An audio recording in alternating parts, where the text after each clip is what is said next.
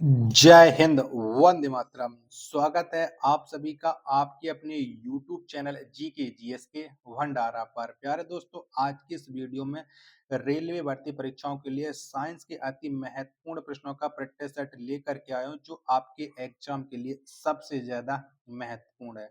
तो आज की इस वीडियो को आपको शुरू से लेकर के एंड तक फुल वॉच कर देना है। वीडियो पसंद आए तो वीडियो को लाइक कर देना। चैनल को अभी तक आप लोगों ने सब्सक्राइब नहीं कर रखा होगा तो चैनल को आप लोग जरूर सब्सक्राइब कर लीजिएगा। तो फिर चलिए शुरू करते हैं बिना टाइम वेस्ट करे आज का ये महत्वपूर्ण प्रश्नों का प्रैक्टिस सेट। तो पहला प्रश्न है कि शुष्क सेल है, तो बताओ शुष्क सेल ये कैसी है। तो शुष्क सेल ये प्राथमिक सेल है, यानी एक का बी ऑप्शन राइट आंसर है हो जाएगा। दूसरा प्रश्न आ जाता है कि प्रकाश की गति न्यूनतम होगी, बताओ किससे गुजरने पर प्रकाश की गति है वो न्यूनतम हो जाएगी। तो कांच से गुजरने पर प्रकाश की गति है वो न्यूनतम हो जाएगी। दो का सी ऑप्शन है वो राइट आंसर है हो जाएगा। अगला प्रश्न है प्रश्न संख्या 3 है आपके सामने कि तड़त चालक बनाए जाते हैं, तो बताओ किसके बनाए जाती हैं तड़त चालक। तो तड़त चालक ये तांबे के बनाए जाती हैं। 3 का सी ऑप्शन राइट आंसर हो जाएगा। चौथा प्रश्न है आपके सामने किस यंत्र का काम डायनेमो के कार का उल्टा होता है, बताओ किस यंत्र का होता है। तो ये होता है मोटर का। 4 का बी ऑप्शन राइट आंसर है हो जाएगा। पांचवा प्रश्न है आपके सामने कि चुंबकीय क्षेत्र मापा जाता है, तो बताओ किससे मापा जाता है चुंबकीय क्षेत्र। तो चुंबकीय जो क्षेत्र है ये फ्लक्सोमीटर से मापा जाता है। 5 का डी ऑप्शन करेक्ट आंसर हो जाएगा। छठवां प्रश्न है आपके सामने कि नति और चुंबकीय भूमध्य रेखा के बीच का कोण है, बताओ कितना है। तो नति और चुंबकीय भूमध्य रेखा के जो बीच का कोण होता है वो 0 डिग्री होता है। 6 का ए ऑप्शन राइट आंसर। सातवां प्रश्न है आपके सामने कि उत्तरीय चुंबकीय ध्रुव का नमन कोण कितना होता है, बताओ कितना होता है। उत्तरीय चुंबकीय ध्रुव का जो नमन कोण होता है वो 90 डिग्री होता है। 7 का बी ऑप्शन राइट आंसर है हो जाएगा।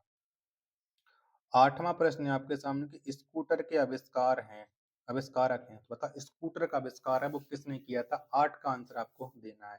तो ब्रॉड शाह ने स्कूटर का आविष्कार किया था। 8 का ए ऑप्शन राइट आंसर हो जाएगा। नौवां प्रश्न है आपके सामने कॉस्मिक किरणों की खोज किसने की, तो बताओ किसके द्वारा ये कॉस्मिक किरणों की खोज की गई थी। तो विक्टर हेस ने कॉस्मिक किरणों की खोज की थी। 9 का बी ऑप्शन राइट आंसर हो जाएगा।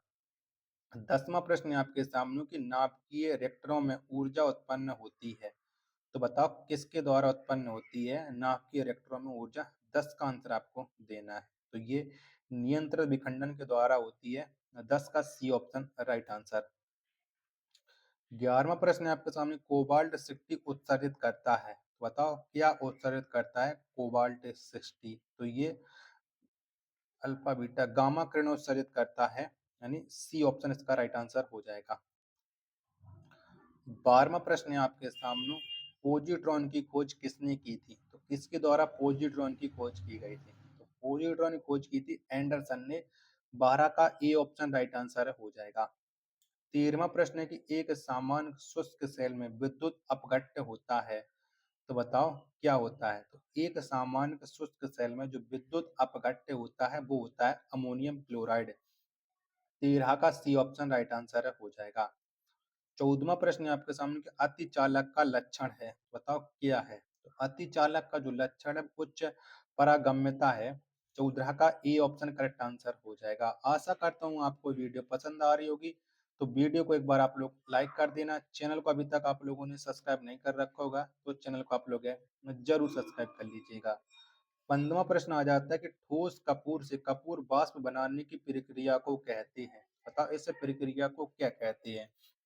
तो इस प्रक्रिया को ऊर्ध्वपातन कहा जाता है। 15 का डी ऑप्शन है वो राइट आंसर है हो जाएगा। 16वां प्रश्न है आपके सामने कि वैज्ञानिक अकरमंडीज संबंधित हैं, बताओ किससे संबंध रखते हैं ये वैज्ञानिक अकरमंडीज। तो इनका जो संबंध है वो ग्रीस से है, ग्रीस देश के रहते हैं।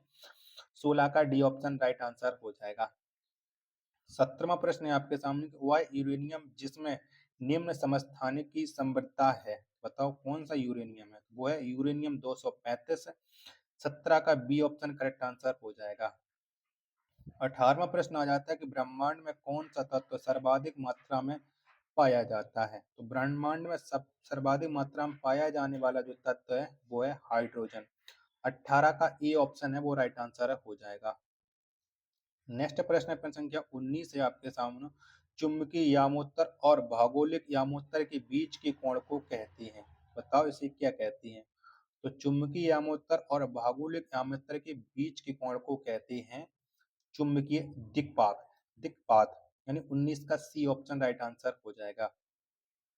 20वां प्रश्न है आपके सामने कि सबसे अधिक वेदन क्षमता होती है। बताओ किसकी होती है। तो सबसे अधिक जो वेदन क्षमता है वो गामा किरणों की होती है। 20 का सी ऑप्शन राइट आंसर हो जाएगा। 21वां प्रश्न है आपके सामने कि यदि पृथ्वी पर वायुमंडल ना होता तो दिन की अवधि होती। बताओ दिन की अवधि कैसे हो जाती। 21 का राइट आंसर आपको बताना है। तो यदि पृथ्वी पर वायुमंडल ना होता तो दिन की अवधि कम हो जाती। 21 का ए ऑप्शन देने वाले सभी लोगों का राइट आंसर हो जाएगा। 22वां प्रश्न है आपके सामने कि यदि किसी दर्पण को थीटा कोण से घुमाया जाए तो परिवर्तित किरण का घूर्णन होगा। तो बताओ कितना हो जाएगा। 22 का आंसर तो परिवर्तन किरण का हो जाएगा गुणन 2 थीटा, यानी 22 का डी ऑप्शन राइट आंसर हो जाएगा। 23वां प्रश्न आ जाता है कि विद्युत धारा का पता लगाने के लिए किस उपकरण का प्रयोग करते हैं। तो विद्युत धारा का पता लगाने के लिए जो उपकरण का प्रयोग किया जाता है वो होता है एमीटर। 23 का बी ऑप्शन राइट आंसर हो जाएगा। 24वां प्रश्न है आपके सामने एक एंगस्ट्रॉम बराबर है। बताओ एक एंगस्ट्रॉम के बराबर क्या होता है। 24 का राइट आंसर तो 10 की पावर माइनस से 10 मीटर होता है। ए ऑप्शन करेक्ट आंसर हो जाएगा। 25वां प्रश्न आ जाता है कि निम्नांकित में किस रंग का अपवर्तनांक सबसे अधिक होता है। बताओ कौन से रंग का होता है। तो सबसे अधिक जो अपवर्तनांक होता है वो होता है बैगनी रंग का। 25 का बी ऑप्शन करेक्ट आंसर हो जाएगा। 26वां प्रश्न आ जाता है कि ऊष्मा का सर्वोत्तम चालक है। तो बताओ कौन है। तो ऊष्मा का जो सर्वोत्तम चालक है वो बताना है। तो वो है पारा। 26 का बी ऑप्शन राइट आंसर हो जाएगा। 27वां प्रश्न है आपके सामने कि खाना पकाने का बर्तन का होना चाहिए। तो बताओ हमने खाना पकाने वाले बर्तन का क्या होना चाहिए। दो ऑप्शन ये रहे, बाकी के दो ऑप्शन मैं आपको और दिखा देता हूँ जिससे आप लोग स्पष्ट रूप से क्लियर अपना आंसर कर पाओ। लिख लीजिएगा दो ऑप्शन। तो खाना पकाने वाला जो बर्तन है वो उच्च विशिष्ट ऊष्मा तथा निम्न चालकता का होना चाहिए। 27 का सी ऑप्शन राइट आंसर। तो 28वां प्रश्न है आपके सामने किसी गैस का आयतन प्रसार गुणांक हमेशा होता है। तो बताओ कैसा होता है। तो ये हमेशा ऋणात्मक होता है। 28 का ए ऑप्शन करेक्ट आंसर हो जाएगा। 29वां प्रश्न है कि पृथ्वी का द्रव्यमान है। बताओ कितना है पृथ्वी का द्रव्यमान। तो पृथ्वी का द्रव्यमान है 6 गुणे 10 की पावर 24 किलोग्राम। 29 का सी ऑप्शन राइट आंसर हो जाएगा। 30वां प्रश्न है आपके सामने कि भू स्थिर उपग्रह का आवर्तकाल होता है। बताओ कितना होता है। तो भू स्थिर उपग्रह का जो आवर्तकाल होता है वो होता है 24 घंटे। 30 का डी ऑप्शन राइट आंसर हो जाएगा। 31वां प्रश्न है कि लिफ्ट की खोज किसने की। तो बताओ किसने की थी। तो लिफ्ट की जो खोज है वो ओटिस ने की थी। किसने। ओटिस ने। 31 का डी ऑप्शन राइट आंसर हो जाएगा।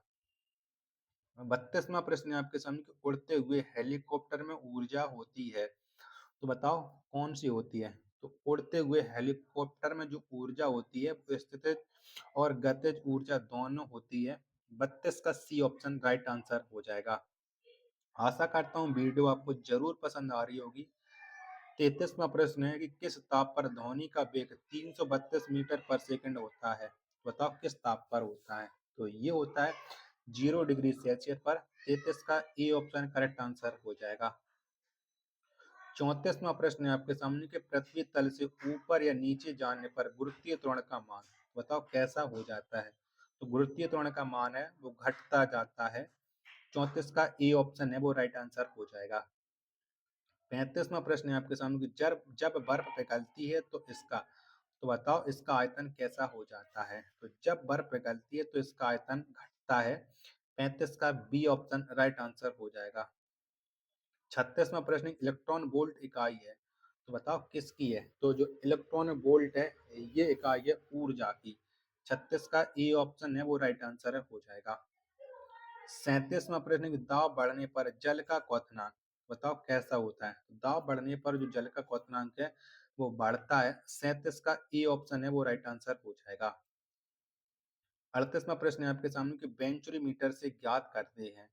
तो बताओ क्या ज्ञात करते हैं? तो वेंचुरी मीटर से जल के प्रवाह की दर ज्ञात करते हैं। 38 का डी ऑप्शन है वो राइट आंसर हो जाएगा। 39वां प्रश्न है आपके सामने कि एक लिफ्ट एक समान वेग से ऊपर जा रही है, तो उसमें स्थित व्यक्ति का भार। तो बताओ उसमें स्थित व्यक्ति का भार कैसा हो जाएगा? तो व्यक्ति का भार है वो अपरिवर्तित रहेगा, ना बढ़ेगा ना घटेगा। 39 का सी ऑप्शन राइट आंसर हो जाएगा। आशा करता हूँ आपको ये वीडियो जरूर पसंद आई होगी। तो वीडियो को आप एक बार लाइक कर देना। चैनल को अभी तक आप लोगों ने सब्सक्राइब नहीं कर रखा होगा तो चैनल को आप लोग जरूर सब्सक्राइब कर लीजिएगा। मिलते पर अपने एक और नेक्स्ट वीडियो के साथ, तब तक के लिए धन्यवाद। जय हिंद, वंदे मातरम।